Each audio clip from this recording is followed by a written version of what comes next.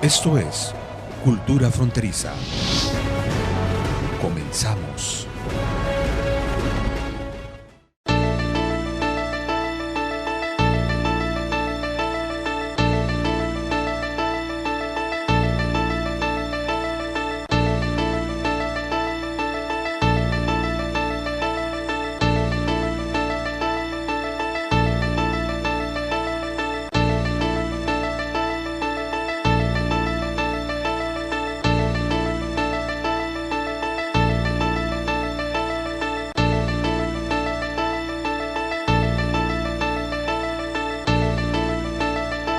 Pues amigos, ¿qué tal? ¿Cómo están? Bienvenidos a otra entrevista más. Les saluda Cosme Colliñón y bueno, tengo un invitado muy especial. Fíjese, él es Norberto Álvarez Romo, pero usted me dirá, ¿quién es Norberto Álvarez Romo? ¿Qué ha hecho en su vida? Pues, ¿qué le parece si le preguntamos a Norberto cómo ha sido su vida hasta este momento, dónde ha estado y qué ha hecho? Tengo algunos datos aquí que él formó parte de la Biosfera 2, pero eso nos lo va a explicar él más adelante. Norberto, gracias por esta oportunidad de charlar. Platícanos, ¿qué ha sido de tu vida? ¿Dónde surgiste? ¿Por qué llegaste hasta este momento que te encuentras en Tijuana? Bueno, rumbo a Ensenada, una casa que pues tienen proyectos aquí para Baja California. Platícanos. Pues mira, yo estuve tuve la gran fortuna y suerte de haber podido participar en un proyecto en los años 80, 90, que tomaba la encomienda de irnos preparando para poder ser una especie interplanetaria. Y el proyecto consistía en que eh, no se tenía todavía avanzado investigación y desarrollo con el tema de ¿y cómo vamos a vivir y sobrevivir viviendo fuera del planeta? ¿No? Primero pensando en la Luna, y luego en Marte, habiendo pasado ya con algunos ejemplos de estaciones espaciales que ya estaban trabajando, pero es obviamente muy diferente a vivir en un espacio, en una nave espacial, a llegar a aterrizar en un lugar nuevo y vivir ahí. Te pongo el ejemplo de si tú estás 500 años atrás en las travesías que hacían de Europa a América, pues una cosa era vivir en el barco para llegar a América, pero llegando a América, ¿cómo lo ibas a hacer, no? Entonces son como dos modalidades diferentes de sobrevivencia. Una es mientras estás transbordándote en la exploración y otra es cuando llegas. Normalmente se piensa que pues cuando vas de viaje, pues te surtes de lo que tienes y de eso vives, ¿no? Entonces en los barcos vivían de lo que te podían llevar y calculaban los días, semanas, meses para tener los alimentos suficientes para poder sobrevivir y a ver cómo lo hacemos cuando lleguemos al lugar nuevo. Entonces en el espacio más o menos ocurría lo mismo, ¿no? Por lo pronto los astronautas iban con los inventos que habían podido sacar, como los granola bars y Tang para el jugo, ¿te acuerdas? Y cosas así, para llevar alimentos que pudieran servirles mientras estaban en sus tareas en el espacio, pero sus viajes terminaban regresando a la Tierra y volviendo a vivir como se vivía acá. Mientras que para llegar a establecerte a otros lados requieres. Entonces tuve la suerte de poder participar en un proyecto así. Luego, posteriormente, me regresé a México y tuve algo de experiencia en el mundo de desarrollo de proyectos. Fui director del Planetario de Guadalajara y entonces seguía yo con los temas espaciales un tiempo.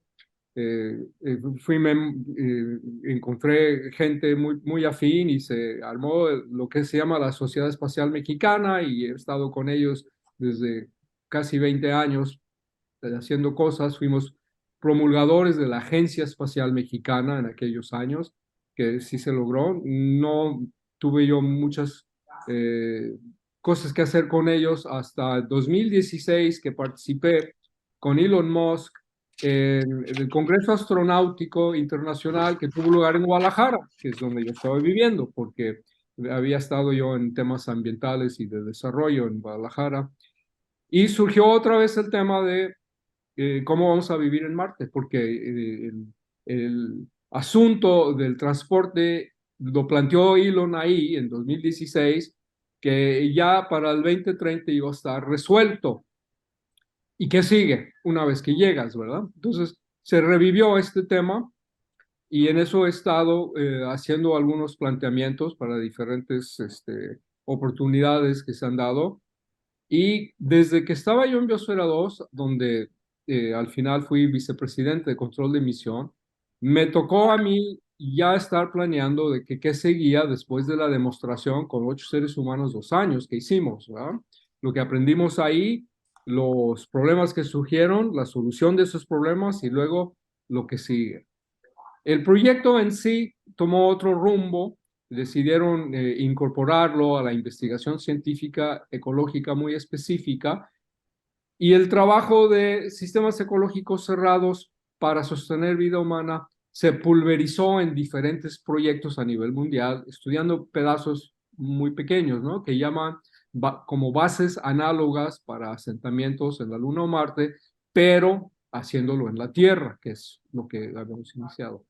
Y desde 1993 yo había identificado, gracias a los colegas del CETIS, aquí de Baja California, que nos visitaron y tuvieron mucho interés en el proyecto que estaba en Tucson. Y identifiqué Baja California y el norte de Sonora como un lugar muy idóneo para hacer trabajos de este tipo por condiciones que se presentaban ahí de varia índole, ¿no? Y nació ahí la idea de biomisión, o sea, ¿qué sigue después de haber demostrado que estas cosas se pueden hacer? Pues vamos desarrollándolas, vamos abriendo el abanico de diferentes oportunidades técnicas y sociales, incluso culturales, con el tema. Y desde entonces ha habido, aunque muy poco publicitadas, ya como 30 diferentes pequeños proyectos que se hicieron a nivel mundial. Y uno de los que yo había puesto en la lista fue en el noroeste de México, que no tuvo mucha resonancia, pero que últimamente ya lo vuelve a tener. Los astronautas que fueron entrenados para llegar a la Luna y recoger las piedras allá por los años 60, tuvieron que tener un entrenamiento muy especial para poder identificar características del terreno donde iban a recoger piedras, para poderse mover, para desarrollar protocolos necesarios para identificar una tierra, dónde están las piedras, qué orientaciones, cómo vamos a documentar estas cosas. Y en aquellos años se escogió un lugar en México para entrenarlos que se llama el Pinacate en Sonora. Y entonces entre el Pinacate en Sonora, la zona de la Salada, entre Mexicali y La Rumorosa y algunos de las dunas que se plantean en el desierto de Altar y en los desiertos allá por San Felipe, se dan condiciones muy idóneas para este tipo de proyectos. Y yo hice el planteamiento con los colegas de la Sociedad Espacial Mexicana de que, bueno, pues qué tal si revivimos esta posibilidad porque cada día más se está desarrollando esto a nivel mundial en diferentes países. Casi todos los que están interesados en el tema espacial tienen 1 o 2 proyectos que han estado cuidando, muy poco publicitados, como te digo, muy modestos, desde luego, comparado a lo que nosotros hicimos en el primer intento, que se logró demostrar bastante bien. Y en México, pues no, se quedó. Y probablemente la respuesta de un amigo mío fue lo que me hizo pensar, porque me dijo, bueno, el único en México que lo podía haber hecho eras tú y no lo hiciste. Le dije, bueno, pues vamos haciéndolo. Y en eso estamos. Estamos reviviendo esto porque creo que son tiempos ya apropiados. Yo intenté muy al principio, pero no había resonancia, ¿no? La gente decía, no, México tiene mucha pobreza, México tiene mucha necesidad de otras cosas y no es un tema interesante. Y entonces lo que la Agencia Espacial Mexicana y los interesados en México, que también amigos de la Sociedad Espacial Mexicana, decidieron es nuestra oportunidad está en nanosatélites y México se abocó a hacer varios intentos para sacar diferentes tipos de modalidades de nanosatélites y en eso México sí ha encontrado su lugar, ¿no? Y ya que está encarrilado eso, pues ¿qué le queda a México? Pues otra oportunidad que tiene, que yo creo que está aquí, que a nivel mundial México tiene las características para poder rápidamente avanzar, ¿verdad? Aquí Y los pero nanosatélites. permíteme, hasta aquí hemos llegado a lo que se está planeando, se ha planeado, pero en sí, en tu experiencia y lo que viviste dentro de esta expedición que fue dentro de la Biosfera 2, en la cual pues se hicieron muchos experimentos, pero el principal era que la gente respirar, crear oxígeno dentro de todo eso, porque estaba sellado, tengo entendido, este espacio enorme, porque había grandes espacios para tener selva, para tener desierto, para tener mar inclusive, ahí se hizo estudios de los corales y muchas cosas, pero que no todos los animales tampoco sobrevivieron, porque tenían que alimentarse, entonces una era lo que se podía cosechar también, y también los animales que estaban sobreviviendo, también los insectos y todo lo que se vio ahí, el desarrollo de todo esto. En esa experiencia que viviste ahí, con la visión de algún día algunos seres humanos de la Tierra lleguen a Marte, o no digamos tan a Marte, a la Luna, a crear una misión ahí, un centro se podrá dar. ¿Hubo fracasos en esta Biosfera 2? Pues mira, cuando haces investigación y desarrollo,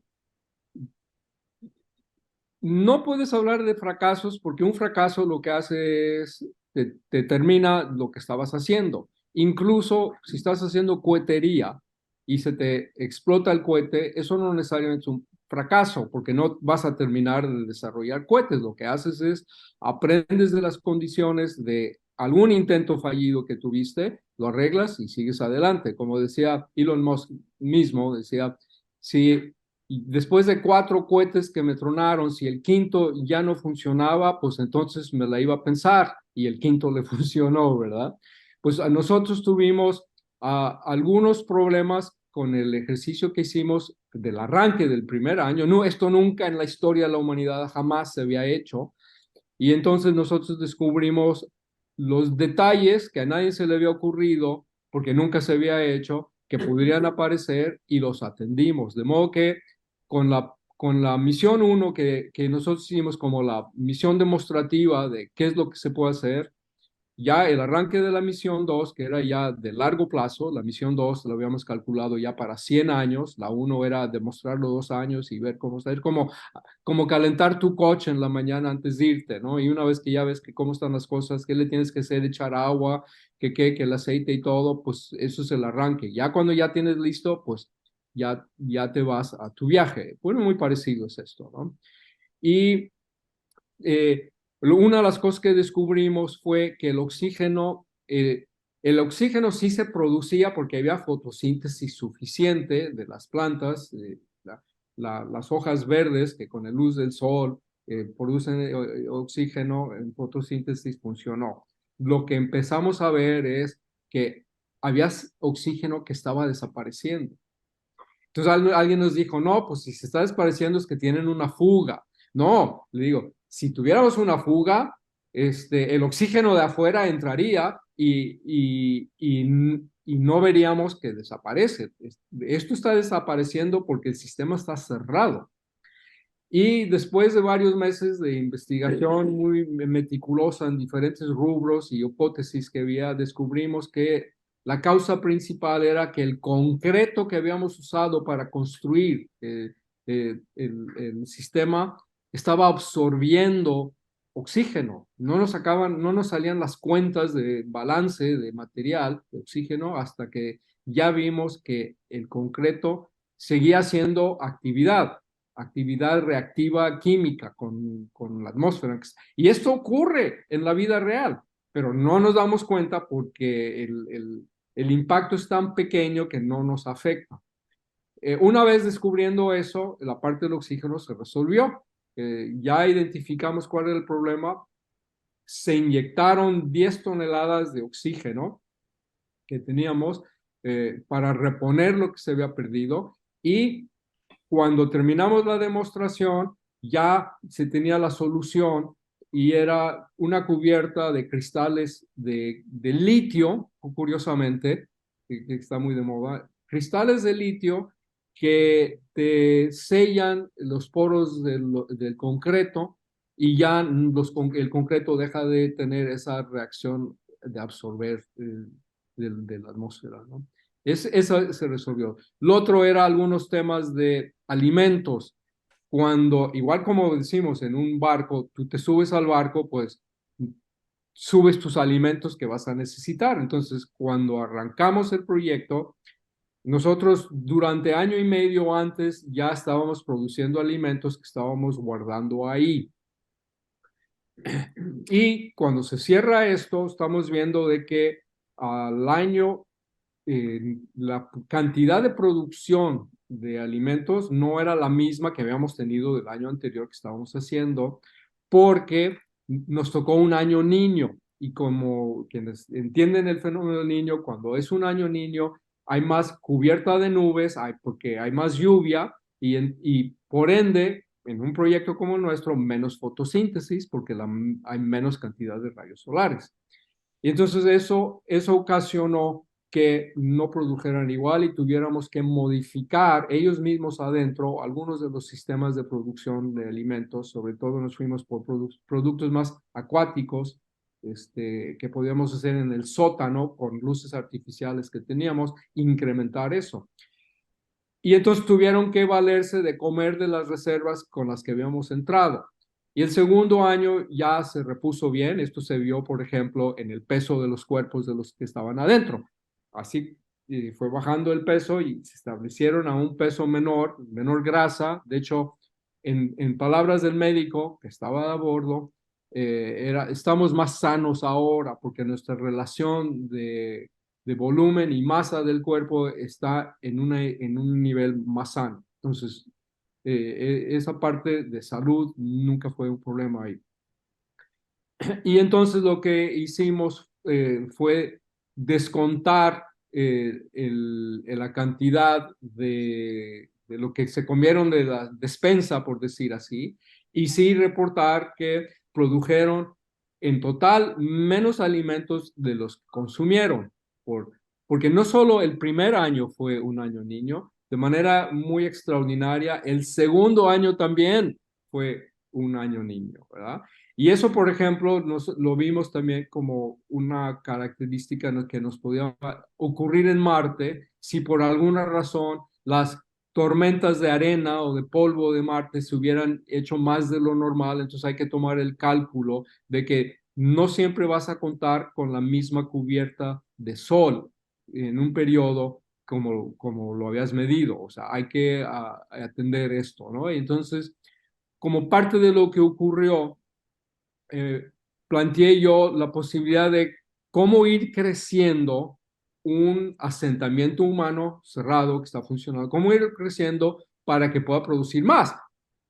Cada año o cada generación más, porque además un asentamiento humano, que no fue en el caso nuestro, pero tarde que temprano, pues se tiene que reproducir humanos, y entonces la reproducción va a requerir más condiciones de alimentación, más condiciones de espacios para el trabajo, etcétera, etcétera, como ocurre en la vida diaria aquí en los pueblos mexicanos, ¿no?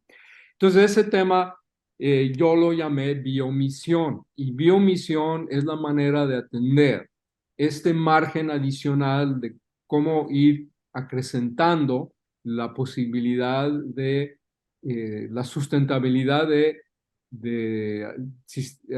sistemas ecológicos cerrados como asentamientos humanos. Y la primera biomisión era ahí mismo, en el proyecto de Biosfera, para ir creando módulos adicionales para que nos fueran y poder permitir ese crecimiento. Y además, módulos en otros lados, porque si nosotros pensamos, ok, llegas, haces tu base ahí, ya estás instalado, estás funcionando, tu primera biomisión está funcionando, ya tienes lo que necesitas para ir creciendo de manera natural tu población.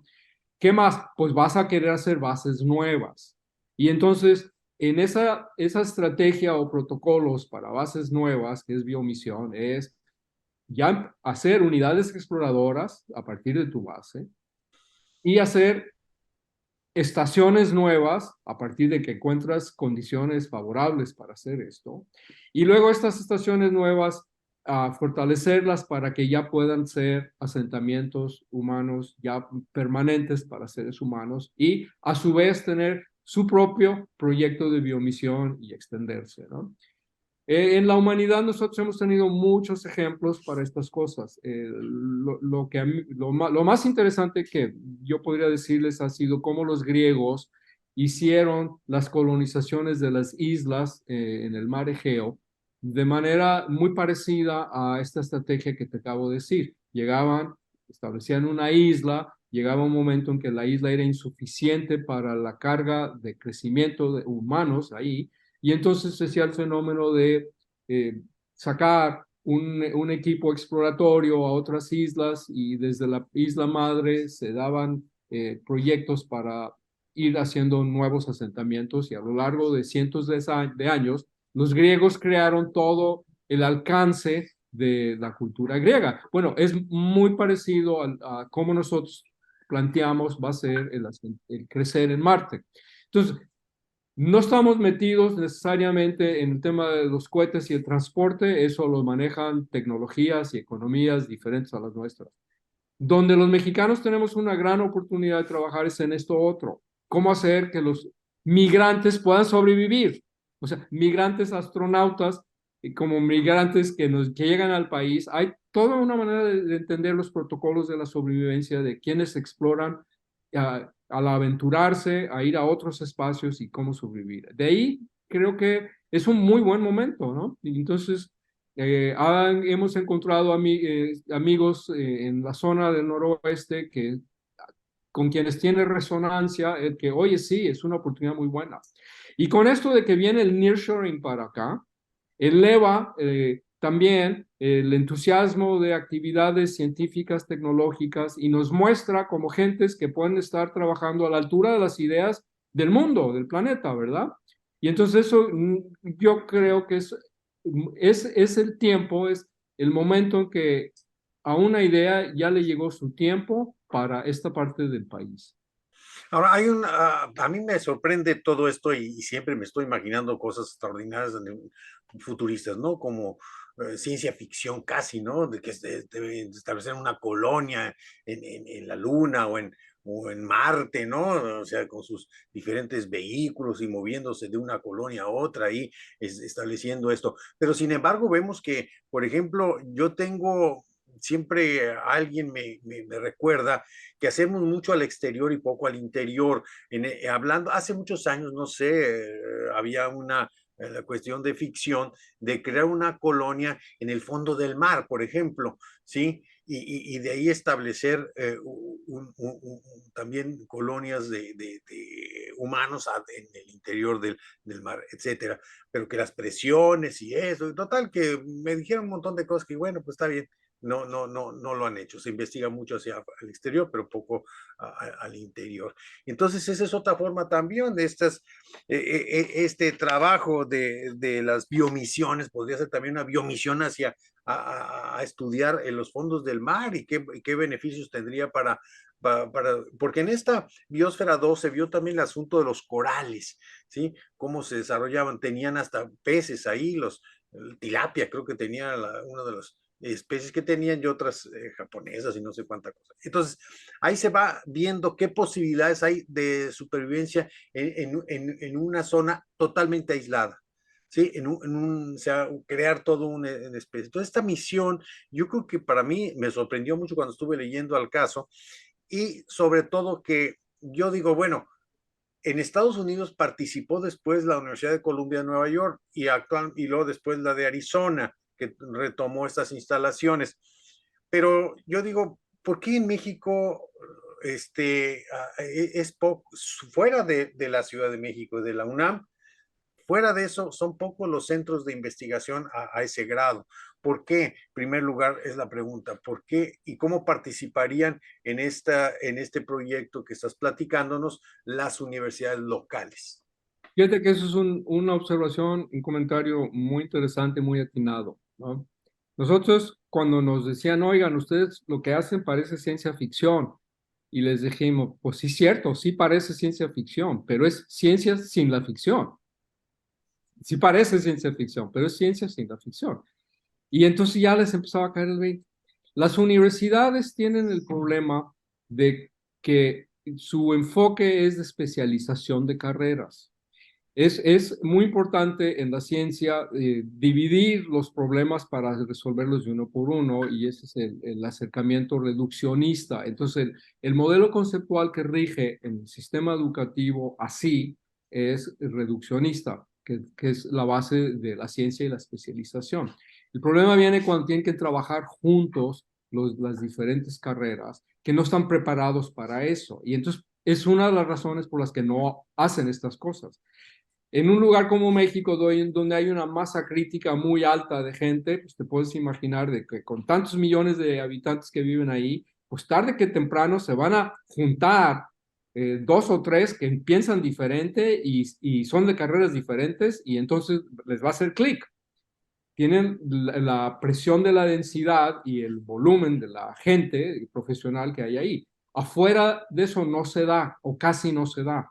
Y aquellos que tienen interés, pues mejor migran para otros lados, muchos a otros países, ¿no? Bueno, yo, por ejemplo, estuve fuera mucho tiempo del país, pero ahora planteamos que a partir de las universidades, tomar un enfoque multidisciplinario, y no nada más al interior de una universidad, sino conjuntando varias universidades o institutos, incluyendo asociaciones civiles, instituciones gubernamentales y empresas que dicen, ok, aquí hay algo que nos puede convenir a todos, cada uno lo que ve para sí mismo, poder participar y hacerlo.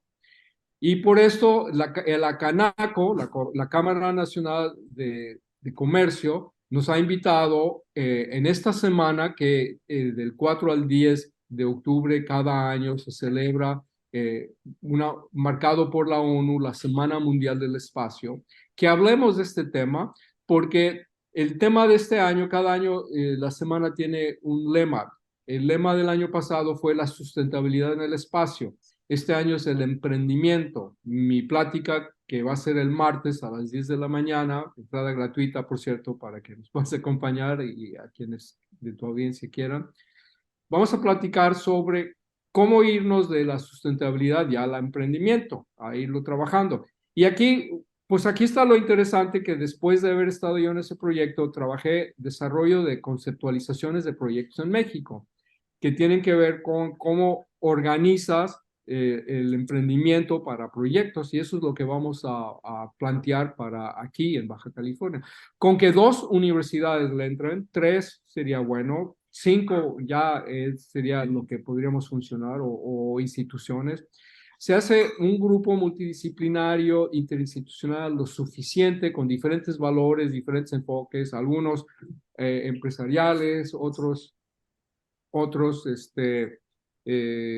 incluso, ¿por qué no? Las agencias gubernamentales que están en temas ambientales, por ejemplo, o temas de desarrollo económico o educación, también pueden participar. Crear una iniciativa concurrente entre todos para hacer un proyecto o 2 o 3 análogos aquí en Baja California, según las diferentes características que los terrenos de Baja California y Sonora, porque estamos armando el capítulo noroeste de la Sociedad Espacial Mexicana, como su base aquí en Tijuana, para sacar estos proyectos adelante. Y está teniendo resonancia, ¿no? Entonces, probablemente ya el martes podemos hacer un primer planteamiento, así como cuando Neil Armstrong llega a la Luna y dice, es un paso, pues es una cosa muy pequeña para un hombre, pero muy grande para la humanidad. Pues un proyecto es muy pequeño para este grupo de universidades que ya tienen todos los talentos para hacerlo, ¿eh? Ya existen. Lo único que se necesita es el liderazgo y conjunción con una mentalidad sistémica para sacarlo adelante. Y entonces ya sería un gran paso para Baja California hacer eso, ¿no? Fíjate que me hiciste recordar a un ex rector de la Universidad Autónoma de Baja California, Luis Llorens Báez. Y Luis Llorens en una ocasión le preguntaba por qué la universidad no tiene una investigación donde participe ingeniería mecánica, ingeniería eléctrica, mecatrónica, etcétera, etcétera. Entonces me dijo, es que las universidades son como los zoológicos. ¿Cómo? Sí, las facultades son como el chango sabe que existe el león porque ruge en la noche, pero nunca lo ha visto ni se junta con él. Hay ruidos de los elefantes y lo sabe la jirafa, pero no lo ha visto, ni sabe dónde está, ni se va a juntar.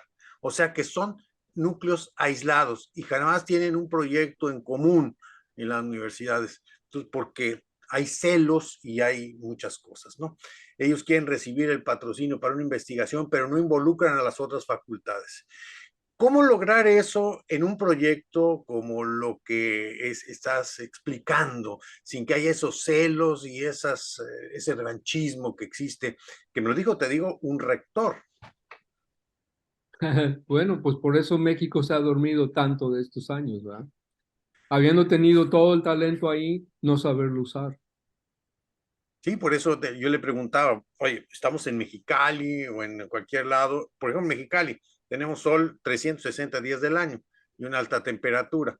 ¿Por qué no crear un sistema de transporte manejado con energía solar, motores eléctricos que se muevan con esa energía, no contaminan, porque Mexicali es de las ciudades más contaminadas de México, y no hacen ruido y además pues tienes la movilidad con un costo muy bajo?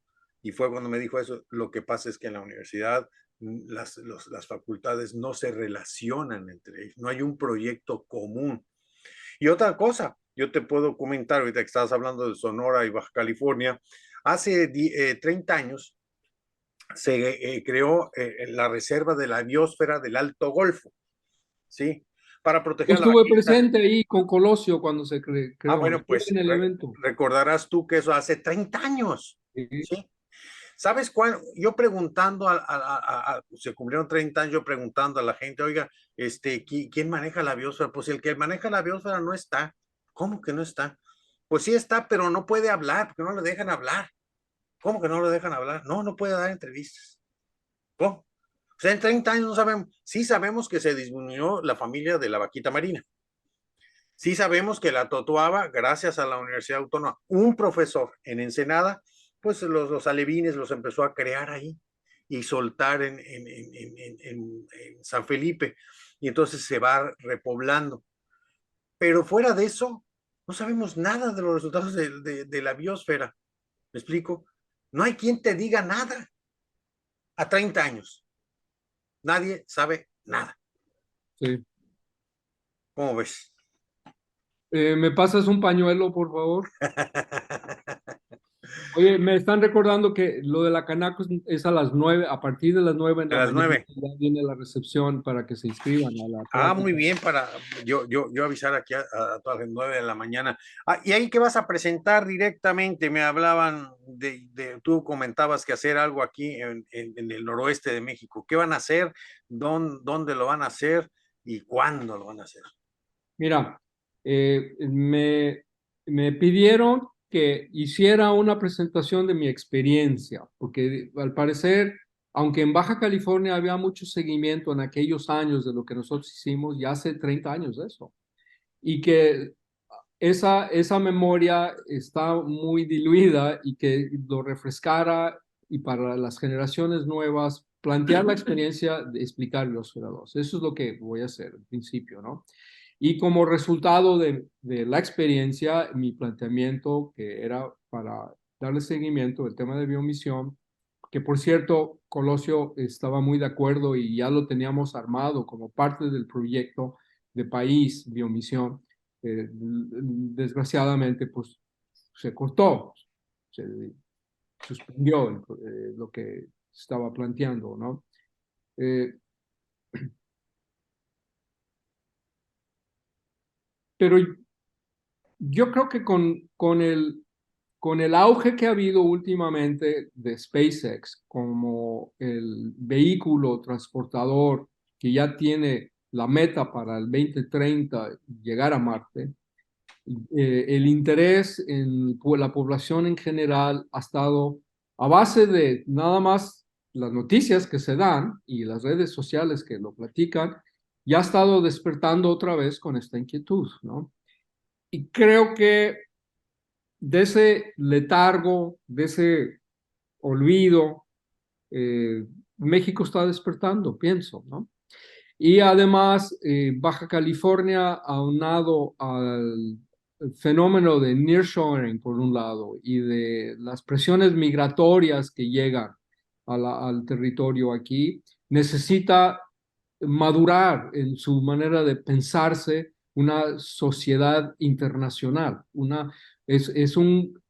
No es suficiente pensar que estamos acá en el hombro de un sobaco de México, ¿verdad? Ya vale por sí mismo el entenderse dónde se está, cuándo se está y las oportunidades que se tienen. Y entonces el planteamiento va en esa dirección. O sea, entre tantas cosas que se pueden hacer aquí, aquí hay una más que puede ayudar a articularlos, a articular, ser el motivo de romper los egos, los celos, eh, mira, algo que aprendí una vez con mi abuelo fue, si tú no haces tu historia, te la van a hacer a ti. O sea, tú vas a tener una historia, o la haces tú de tu vida, o los demás te la van a hacer. Pues aquí es cosa de pensar, ¿cuál es la historia a la que nosotros nos hemos asumido hacer y cuál es la historia que nos van a hacer o nos han hecho los demás, ¿no? Baja California se ha dedicado mucho sobre todo en la ciudad de Tijuana, ¿no? A, al asentamiento eficiente y regular del espacio urbano. Lo puedes ver. O sea, el milagro de poder tener la cantidad de gente que hay, con la poca inversión y planeación que hubo, muestra un gran ingenio, por un lado, ¿no? Por otro lado, tienes las ganas de querer figurar en especializaciones profesionales y olvidarse del sentido original de la universidad que vea todo como una sola cosa, ¿no? Eh, y, y algo que creo que nos distrajo mucho fue el coche. Las oportunidades de tener transporte usado de Estados Unidos individual eliminó la posibilidad de articular bien una ciudad metropolitana, cosmopolita, que se nos fue la oportunidad, por ejemplo, de haber sido Singapur, Taiwán, Corea, porque teníamos absolutamente todo para poder haber tomado esa historia aquí y no se quiso, ¿no? Por otras razones. ¿Por qué? Porque era más fácil y redituaba más otras cosas.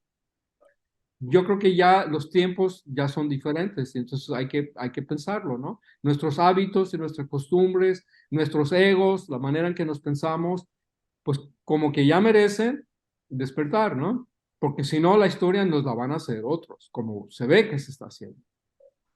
Sí, fíjate que yo recuerdo que hace algunos años, ahí en el 84, cuando Raúl Ribamar y un servidor hacíamos un programa, resulta que nos dimos cuenta que la maquiladora, en 1964 inició el proyecto de la maquiladora en la frontera, y entonces desde el 64 van a ser que 60 años de esto. Resulta que el espíritu, según esto, era tratar de traer empresas para los mexicanos, ver cómo se producían las cosas e iniciar la producción nacional de esos productos. Pero han pasado 60 años y seguimos siendo maquiladores, ¿sí?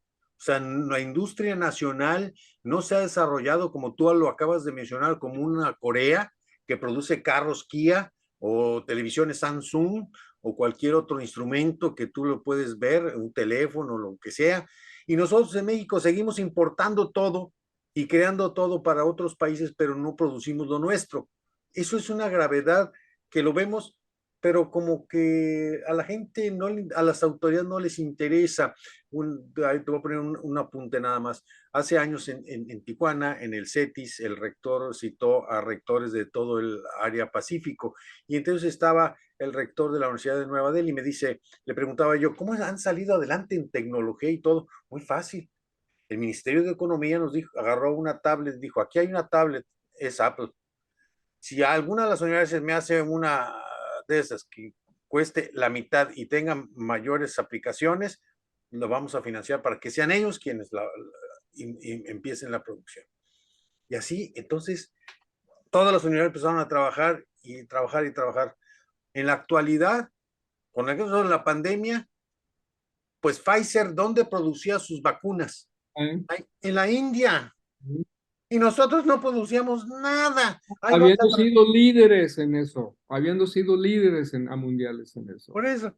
Entonces, te repito, ya no somos líderes en nada, todo lo importamos, todo lo traemos, porque es más fácil traerte de Cuba la vacuna,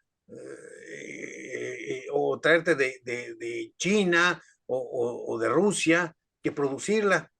Entonces, ya van a sacar la patria con una patente estadounidense, ¿eh? Porque ni siquiera es patente mexicana, la falta de patentes. Entonces, yo creo que esto que tú comentas y que es muy importante, porque la realidad nos va a ganar, ¿sí? Y hablo de la humanidad en general, porque yo estoy viendo las intromisiones en Israel con los palestinos en estos días, una guerra que ya con Ucrania tenemos problemas económicos y financieros en el mundo, de Rusia con Ucrania, ahora en esta zona, cuando pues Israel compra mucho cereal mexicano, pues, y compra muchos productos mexicanos. Entonces, ¿qué va a pasar allí? Va a haber un impacto. Entonces, esto va a contaminar más el mundo, ¿sí? Por tanta explosión y tantos. ¿Y qué va a pasar? Pues vamos a tener que empezar a crear estas biosferas, ¿sí? En ciertos lugares para escapar de la contaminación. Yo creo que es un buen proyecto. ¿Y tienen pensado dónde van a instalarse aquí en Baja California? Mira, yo creo que no salgo, yo tengo ideas por dónde ir a sacar esto, tenemos metodologías para selecciones de sitios, etcétera. Hay varios lugares que nos pueden servir para diferentes orientaciones. Yo creo que me voy a regresar a lo que decías tú hace rato. Cuando los visionarios, los líderes, los gobernantes y los emprendedores no están de acuerdo, no va a pasar nada. ¿Qué es lo que es la situación en que hemos vivido, ¿no? Cuando están de acuerdo, haces maravillas, milagros, ¿verdad? Entonces, lo que queremos ver es si logramos la masa crítica suficiente de visionarios, líderes, emprendedores y funcionarios públicos que se alineen a un proyecto para sacarlo adelante. La metodología nos va a dar, te aseguro, 5 lugares que todos son muy buenos y las decisiones finales a lo mejor sería mesas redondas de mucha discusión hasta que lleguemos a una estrategia a lo mejor de sitios múltiples, porque vale la pena para Baja California hacerlo, ¿no? No nada más uno, sino de una vez nos aventamos a X, Y y Z, ¿no? Por decir así. Eso es lo que yo creo que puede funcionar si logramos nuestro trabajo de ayudar a alinear estos vectores que te decía, ¿no? Que están ahí. Lo curioso es que siempre han estado ahí. Siempre ha habido visionarios aquí. Siempre ha habido líderes aquí. Siempre ha habido emprendedores aquí. Y no se diga, siempre ha habido funcionarios públicos, porque esos son como una plaga en todos lados, ¿no? La cosa es que cada quien ha jalado por su lado. Entonces, ¿cuándo en la India, en Corea, en Taiwán, en Singapur, jalan en la misma dirección? Eso es lo importante. Todos jalar en la misma dirección, empresarios, universidades, autoridades y también la gente, que lo vea como algo suyo, porque si no lo ven como algo suyo, no le ponen las ganas. Sí. Pues por eso te digo, la respuesta no es yo diga dónde y qué, sino que tiene que salir precisamente de la gente local que se sube al proyecto y aprender a deliberar sobre cuáles son los lugares y los tipos de proyecto que nos conviene hacer. Yo te saco un abanico, como un buen vendedor, a lo mejor te abro y te digo, mira, tengo este para esto, este para acá, ¿cuál quieres? ¿A cuál te animas, no? Yo creo que es un poco al revés. Señores, vamos poniéndonos de acuerdo. Aquí están las posibilidades de esto y crear nosotros, desde lo local, un nuevo juego con sus nuevas reglas, donde todo el mundo las pone y habiéndolas puesto, cumple con ellas, que es un poco el problema. Cuando te imponen las reglas de fuera, no las asimilas como propias, ¿no? Pues Norberto, yo quiero agradecerte mucho esta charla. Me he quedado un poco inquieto por seguir charlando y platicando de este proyecto o estos proyectos que para mí, te repito, salen de la ciencia ficción aquí para entrar de nuevo, ¿no? Ya me imagino un Wright Bradbury en uno de estos centros, ¿no? Una biosfera 2. Grandes inspiradores nuestros. Arthur C. Clarke. Tuve la Sí. oportunidad de platicar en aquel tiempo, una conferencia por satélite. Él vivía en Ceilán, poco antes de que muriera, sobre el proyecto. No sabes, con la distancia y la tecnología de por medio, cuando no se acostumbraba, aún así la gran inspiración de quienes habíamos leído sus novelas y que lo único que hizo fue confirmarnos que nuestros sueños son realizables. Así es, ¿no? Extraordinario. Yo quiero agradecerte de nuevo y pues también, Norberto, la posibilidad de que en un futuro tengamos seguimiento con todo lo que estés haciendo a través de un gran amigo, Raúl Ribamar Valle, quien pues también es parte de este proyecto y ojalá como vaya avanzando nos vayan informando y nosotros a través de nuestros medios informarlo a la gente. Pues muchísimas gracias. ¿Algún comentario final, Norberto? Y cómo no, con lo que acabas de decir, yo te hago una invitación con este gran amigo mutuo que tenemos. Raúl va a liderar los esfuerzos de la Sociedad Espacial Mexicana aquí en el capítulo noroeste. Y pues va a necesitar que todos los amigos le ayudemos con el tema. Te invito a que participes como miembro del Consejo Consultivo de la Sociedad Espacial Mexicana con los proyectos que vamos a tener. Pues estaré encantado.